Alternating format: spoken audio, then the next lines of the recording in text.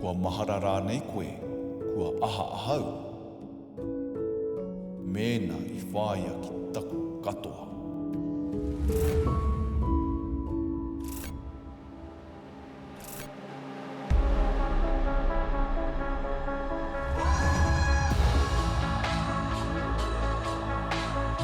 Samoans and Pacific people were the worst people in the world. I wish I wasn't Samoan. I couldn't aspire to be Pacific and to be successful. I think to be white was to be successful.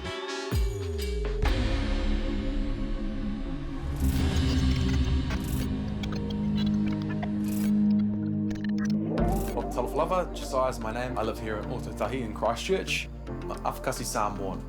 My dad's from Apia in Samoa and moved to New Zealand when he was 17. And mum's a European Australian and she moved to New Zealand just before she was 5. When I was a kid, very few Samoan people, very few Pacific people that I could see around me. I felt really embarrassed about being Samoan because of the statistics that I saw on TV. I remember one of the most influential shows on TV at that time was Police 10-7, and pretty much the description, 22, brown, Māori or Pacific, that's all I could see Samoan people, Pacific people were. So yeah, this is Parklands. I can't remember when we moved here, but it must have been like when I was about 6 or 7 maybe. We would all sort of play together on the streets, really our playground. Definitely as a kid, I participated in the racist jokes that other people would say about other people. And I made jokes about my own communities. And I guess I looked at the stats and the stories that people told about us and couldn't see anything worth trying to cling to, and so joined the majority. I look at that now and think that was, yeah, I wish I had the courage to not have done that.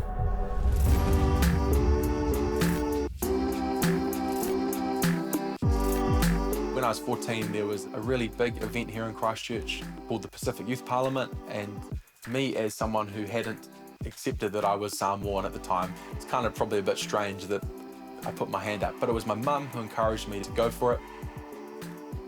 That was amazing to suddenly feel completely embraced, completely accepted for who I was. It didn't matter that I hadn't had the opportunities to learn about my Samoan heritage or our Pacific communities when I was a kid. Now I had all these new friends, you know, who were Fijian, who were Tongan, who were Samoan, who were Niuean, and I guess beforehand I couldn't even really say I had one Pacific friend. So that was huge. Changed my life.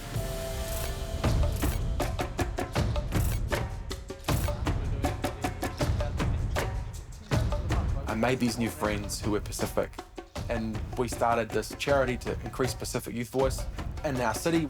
And then we started to hear from Pacific young people that the biggest problem was belongingness.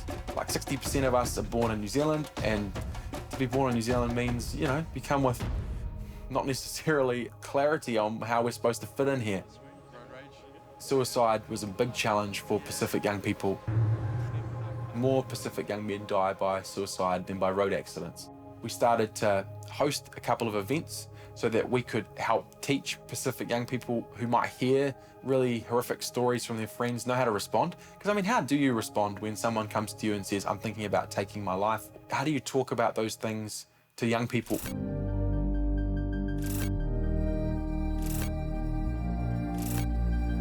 As I finished school, I got this $20,000 law scholarship, and so I decided I was going to study law at university. In my first year, I did really well. Second year, midway through the year, I had quite a significant breakdown. I struggled to get up in the morning. I struggled to leave the house. And I ended up dropping out of uni. So for 6 months, I was re-nourishing myself with my family. So trying to get back into routines, trying to do what I loved, you know, like playing with Lego.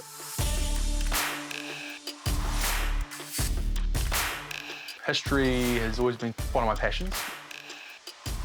One of the things I collect is military uniforms. This is like an American Air Force jacket, former like 1950s New Zealand electrical engineer's uniform. Yeah, I kind of am just interested in these things which speak of the past. So this is something I saved. It's like a copy of old newspapers from 1953. And so in 1953, a number of important things happened in the world. Edmund Hillary climbed Everest with Tenzing Norgay. But the one that really stands out is when the Queen was crowned. I'm not a royalist, but I'm still interested in the key events that shape the world. I collect the stuff because I get nervous that people forget about the past.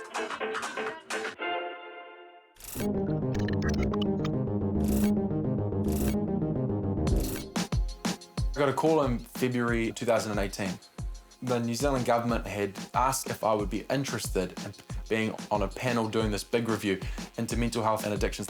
The biggest review in 22 years and the biggest review in New Zealand's history. So the government chose 6 of us. One of them was Sir Mason Jury. He created this model which a lot of people use every day called whare tapa whā, which sort of talks about the pillars of life.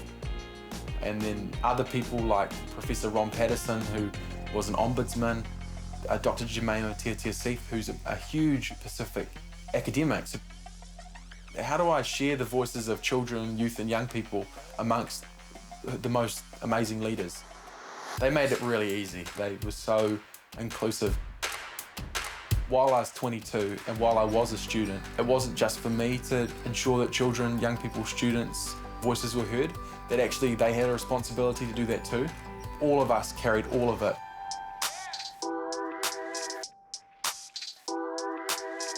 I've found that we're at our best when we're partnered with kaumātua.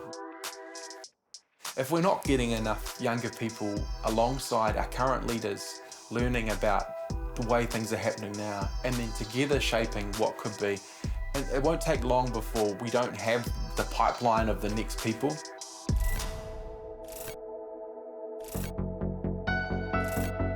Finding your identity is one of the most important things I think we can do in our life. If we don't love who we are, or we don't love our heritage, it can make our journey and the opportunities we have much more reduced, because we aren't willing to draw from or to be part of a side of our life.